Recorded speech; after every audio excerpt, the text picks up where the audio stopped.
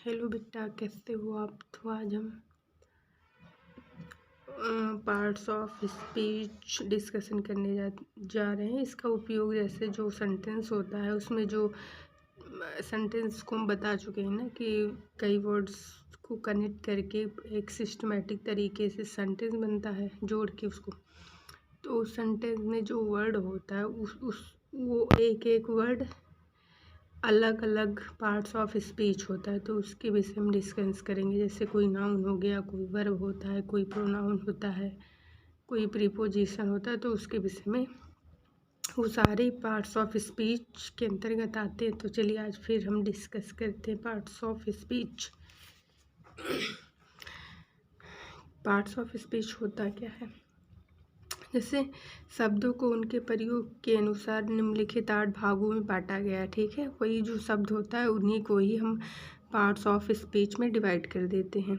जैसे नाउन हो गया, प्रोनाउन, ये टोटल 8 प्रकार का होता है। जैसे noun, pronoun, adjective, verb, adverb, preposition हो गया, कंजक्शन हो गया, इंटरजेक्शन हो गया, ठीक।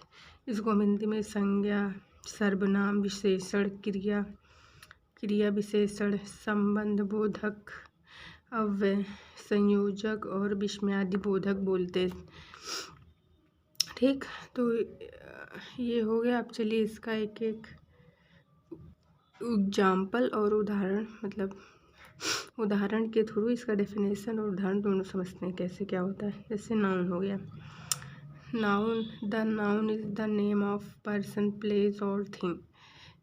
और या यूँ कह सकते हैं noun is the naming word. संसार में जो कुछ भी है सारा कुछ हम नाउन होगा। कोई भी नाम मुँह से निकला वो नाउन ही होगा। जैसे पंखा, किताब, फैन, घड़ी, कलम, औरत, ये सब। बस ये केवल एक है कि ये जो नाउन का पार्ट्स है उसमें से होगा। कोई कॉमन हो सकता है, कोई प्रॉपर नाउन, कोई कलेक्टिव नाउन, कोई मैटेरियल नाउन, ठीक, लेकिन सारा ही नाउन। तो जैसे किसी भी व्यक्ति, स्थान, वस्तु के नाम को हम नाउन कहते हैं। जैसे बॉय हो गया, पेरिस एक स्थान का नाम है, बुक हो गया, ठीक, आदि। फिर उसके बाद प्रोनाउन। प्रोनाउन जो नाउन के स्थान पे प्रयोग हो जाए। प्रोनाउन जो होता है वो नाउन की जगह, जैसे हम राम के लिए ही लिखते हैं, राधा के लिए सी लिखते हैं, वैसे ही अगर कई बच्चे हैं तो उसके लिए दे, तो वैसे ही हम, ठीक। तो the pronoun, the word which is used in place of a noun is called pronoun, ठीक। संज्ञा के स्थान पर प्रयोग होने वाला शब्द प्रोनाउन कहलाता है। जैसे राम ना लिखकर ही लिख दें, सीता ना लिखकर सी लिख दें। और जैसे बच्चे हैं ढेर सारे तो उसको वहाँ हटा के हम दे लिख सकते हैं, दे यार और इट, ठीक। उसके बाद एग्जेक्टिव। एग्जेक्टिव क्या क्या काम होता है? ये नाउन या प्रोनाउन के विषय में बताते हैं। अच्छा है, बुरा है, मोटा है, काला है, गोरा, मतलब विशेषता बताते हैं, तो इसको हम एग्जेक्टिव कहते हैं, ठीक। जैसे definition, the word which qualifies a noun और pronoun is called an adjective, ठीक। वह शब्द जो संज्ञा सर्वनाम की विशेषता प्रकट करते हैं उसे विशेषण कहते हैं। जैसे कोल्ड, ठंडा हो गया। जैसे जो चाय है वो ठंडी है, गुड अच्छा है। जैसे कपड़े अच्छे हैं या कपड़े का कलर अच्छा है। हॉट मतलब गर्म, चाय गर्म है। बैड, ये लड़का बुरा है, बैड है, ठीक। You are a bad girl, ऐसे, ठीक। तो आई होप समझ में आ रहा होगा। Next for verb. वर्ब मतलब होता है क्रिया। The word which denotes an action is called a verb. Verb क्या होता है? ये एक इंसान की एक्शन, क्रिया को बताता है। जैसे खाना बनाना, कपड़े धोना, पढ़ना, लिखना, सोना, उठना, बैठना, ये सब क्या है? क्रिया है, एक्शन है। ये व्यक्ति का किसी भी चीज़ का एक्शन बताता है। जैसे ड्रिंक मतलब हो गया पीना, ये भी एक एक्शन है, हम पानी को पीते हैं, एक एक्शन है, काम करते हैं। गो मतलब जाना, कहीं जाते हैं पैर के थ्रू तो एक्शन होता है, तो गो मतलब जाना। कम आना, वॉक चलना, ठीक, इत्यादि।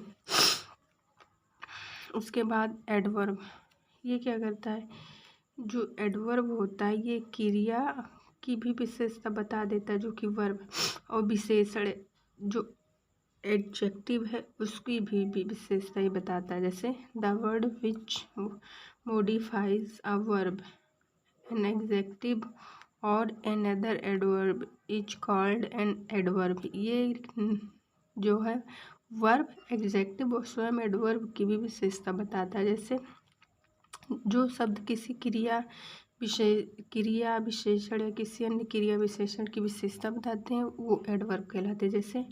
जैसे राम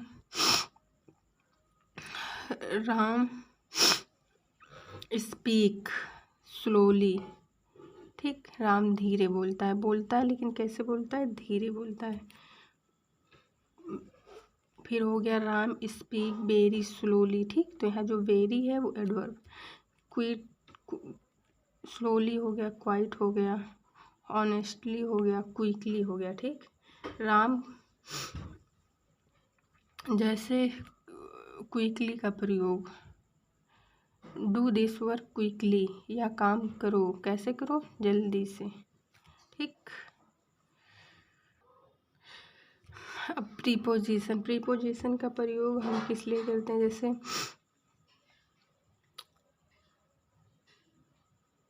किसी का जो है संबंध हमें बताना हो दूसरे शब्द से तो हम प्रीपोजिशन का प्रयोग करते हैं। जैसे संबंध बोधक, किसका नाम ही है।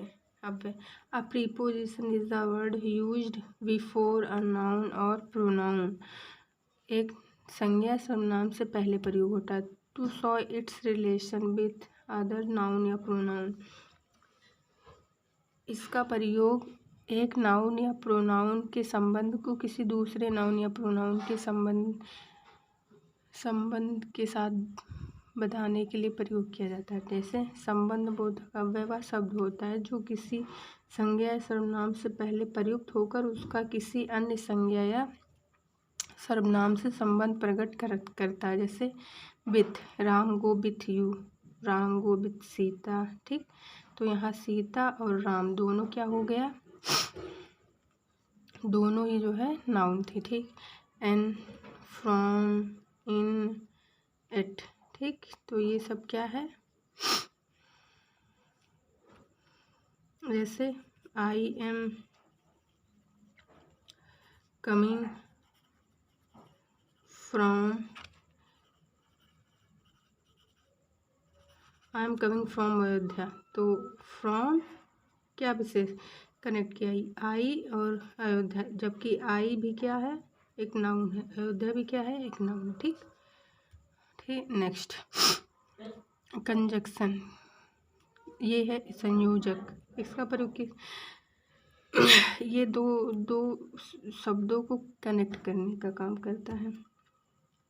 ये प्रीपोजिशन रिलेशन बताता है, ये कनेक्ट करने का काम करता है। जैसे a conjunction is a word which join करता है टू वर्ड्स, दो शब्दों या दो क्लॉजों को, उपवाक्यों या दो सेंटेंस को, ठीक, वह शब्द जो किन्हीं दो शब्दों, उपवाक्यों अथवा वाक्यों को जोड़ता है। जैसे बिकॉज, बट और एंड और सो। जैसे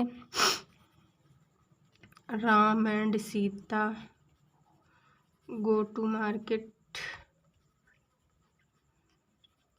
तो यहाँ राम और सीता को कौन जोड़ा, एंड। वैसे ही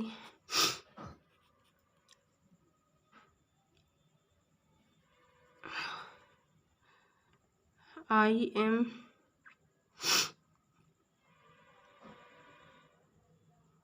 सिक, BECAU, मैं बीमार हूँ क्योंकि आई वॉज, मतलब इसके आगे कोई भी छोड़ सकते, ठीक, मैं बीमार हूँ क्योंकि मैं भीग गया था, ठीक, ऐसे करके बस उसको भी हम जोड़ सकते हैं। आगे देखिए नेक्स्ट है इंटरजेक्शन। विस्मय आदि। इंटरजेक्शन, ये जो इंटरजेक्शन होता है, ये जो तुरंत मतलब फीलिंग होती है अचानक से निकले वाला, उसको बोलते हैं। जैसे अचानक से हम टीवी देख रहे तो कोई मैच अच्छा मतलब प्ले किया तो हम तुरंत मुंह से निकला वाह, हुर्रा, तो उसको इंग्लिश में हम लोग हुर्रा बोल देते हैं, ठीक। और अचानक से कोई, हम रास्ते पे चल रहे, अचानक से कोई गिर गया तो मुंह से निकला ओह। तो ये जो ऐसे वाली फीलिंग्स होती हैं, ऐसी जो फीलिंग्स होती हैं तो उसको इंटरजेक्शन मतलब बोलते हैं, ठीक। जैसे अब डेफिनेशन देखिए क्या था इसमें। An interjection is a word which expresses sudden feelings और इमोशंस। वह इंटरजेक्शन वह वर्ड होता है जो विच एक्सप्रेस, जो व्यक्त करता है सडन फीलिंग्स। सडन फीलिंग्स मतलब तुरंत उत्पन्न होने वाली फीलिंग्स और इमोशंस को, ठीक। जैसे जो शब्द हृदय में अचानक उठने वाले भाव एवं संवेदनाओं को प्रकट करता है उसे विस्मयादि बोधक अव्यय कहते हैं। जैसे अलास, ब्रेबो, ओ, हुर्रा आदि, ठीक। ये इसके जैसे अलास, जैसे ये जो साइन है ये दुख के लिए, अलास, ही डाइड, जैसे ऐसे ही, डी आई, हाय, इसका हिंदी अर्थ हो गया हाय वह मर गया, ठीक। तो ऐसे ही आई होप आपको समझ में आया होगा। Thanks for watching this video.